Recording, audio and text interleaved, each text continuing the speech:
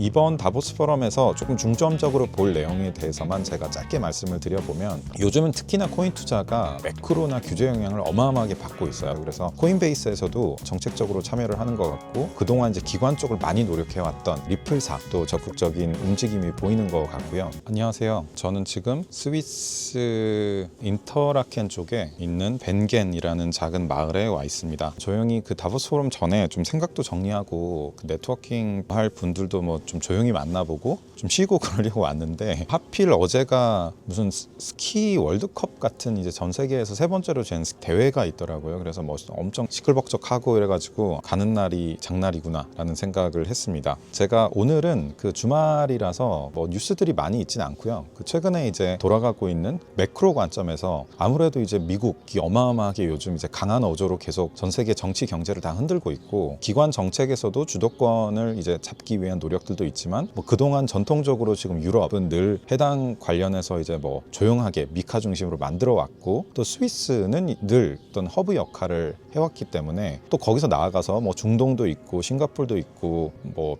홍콩 같은 데도 이제 그럼 어떻게 되는 거냐에 대한 이제 그 매크로 구조에 대한 이야기를 조금 지루할 수는 있는데 간단히 좀 최대한 재밌게 말씀드리겠습니다. 역할을 좀 쉽게 나눠서 얘기를 하자면, 그 미국은 제일 처음에 이제 큰형님으로서 아무래도 가장 기본적인 내용, 과연 이것 코인은 뭐로 봐야 되냐, 지금 가장 논쟁이 되고 있는 클래리티 법안의 그 증권이냐 뭐 현물이냐 어떤 상품이냐, 이 관점에서 보는 그런 주춧돌을 기준을 잡는 법적 기준이 가장 먼저 나올 거고요. 그 이후에 이제 유럽은 그 미카 중심으로 계속 나왔던 것처럼 어떻게 보면 되게 FM 모범생이라고 생각을 하시면 돼요. 그래서 룰북, 미국에서 만든 큰 범위 내에서 이제 그걸 기준으로 어떻게 이제 매뉴얼을 만들고 기관들이 어떻게 움직일까에 대한 걸 좀 정리해 나가는 게 유럽의 역할이라고 보시면 되고, 스위스는 그 중에서도 그런 그 룰북 내에서의 그 어떤 스타트업적인 관점이 아니라 전통 기관 관점에서 금융산업이 어떤 그 혁신 모델을 만들어 갈 거냐, 그리고 전통 금융권과 기존에 조금 더 적극적으로 나가는 그런 자금 흐름사에서 그 중간 교량 역할을 어떻게 할 건지에 대한 그런 역할들을 많이 해갈 거라고 보고 있고요. 여기까지가 어떤 룰북을 만드는 작업이었다라고 하면, 그 다음에 중동에서는 큰 자금들을 기준으로 결국 투자, 그래서 어떻게 자금들이 규모 있게 이동을 하고 그 자금이 실제로 집행이 되고 할 수 있는 그런 내용들이 중동 중심으로 이제 아랍에미리트 중심으로 많이 이루어질 거라고 보고 있고, 그 뒤로는 이제 서구권을 넘어서 그래도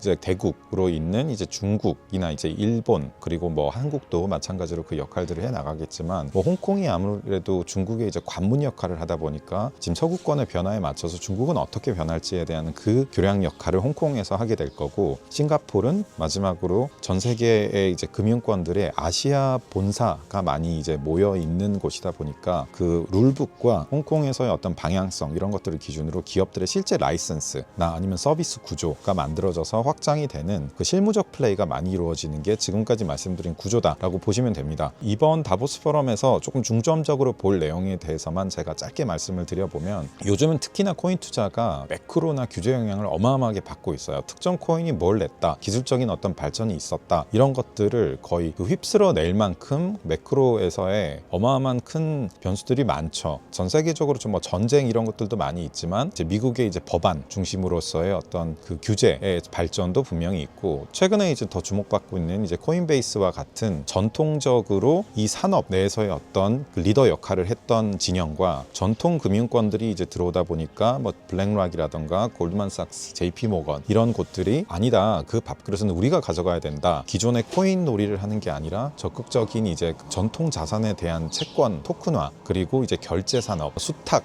청산 이런 부분들까지 건드는 건 우리가 해야 된다라는 그 심리전이 대표적으로 드러나고 있는 게 이번 클래리티 법안이 계속 몸살을 앓고 있는 이유기도 합니다. 공교롭게도 백악관도 무작정 코인베이스를 지지하기보다는 조금 미묘한 움직임을 보이고 있는 상황이고, 마찬가지로 굉장히 공교롭게 골드만삭스에서는 이 토큰 쪽에 대한 이제 산업 진출 의지를 그저께 더 적극적으로 밝혔습니다. 그래서 이러한 움직임들이 굉장히 클 거라고 보고 있고, 다보스 포럼에서도 웹3가 메인이 아니에요. 그 디지털 자산 다양한 이야기가 있지만 그 관점 자체가 디지털 자산이 어떻게 해야 된다, 토큰이 어떻게 해야 된다라는 것보다는 전체 금융 인프라 관점에서 세계 경제 흐름 속에서 토큰화는 무슨 역할을 할 것이냐, 결제가 어떻게 혁신이 이루어질 수 있을 거냐에 대한 어떻게 보면은 금융 산업 내에서 어떻게 이 토큰을 받아들일 건가에 대한 이야기가 핵심적이라고 보시면 좋을 것 같습니다. 그래서 그런 관점에서 이번 주에 굉장히 많은 그 정책적인 힌트들이 나올 거라고 보고 있고요. 그 내에서도 참가하는 웹3 기업들이 많나 했더니 워낙 이제 전 세계 이제 정부 리더급들이 많이 참가를 하다 보니까 당장 직접적인 어떤 영향보다는 그런 정치, 어떤 뭐 경제에서의 어떤 로비나 이제 큰 영향력을 가져가고자 한 노력을 좀 길게 보고 하고 있는 곳들이 참여를 하는 것 같아요. 그래서 코인베이스에서도 정책적으로 참여를 하는 것 같고, 그동안 이제 기관 쪽을 많이 노력해왔던 리플사 또 적극적인 움직임이 보이는 것 같고요. 인프라에서 이제 많은 역할을 하고 있는 체인링크 또 보이고, 뭐 그 기타 뭐 헤데라 같은 곳들도, 그리고 폴리곤, 뭐 솔라나 같은 곳들도 일부 역할들을 할 것으로 보이는데, 엄청나게 이제 큰 이벤트 같은 게 이렇게 예고가 돼 있지는 않다 보니까 이제 미묘하게 이제 그 사이에서 어떤 이야기들 하는지 제가 좀 잘 돌아보면서 찾아보도록 하겠습니다.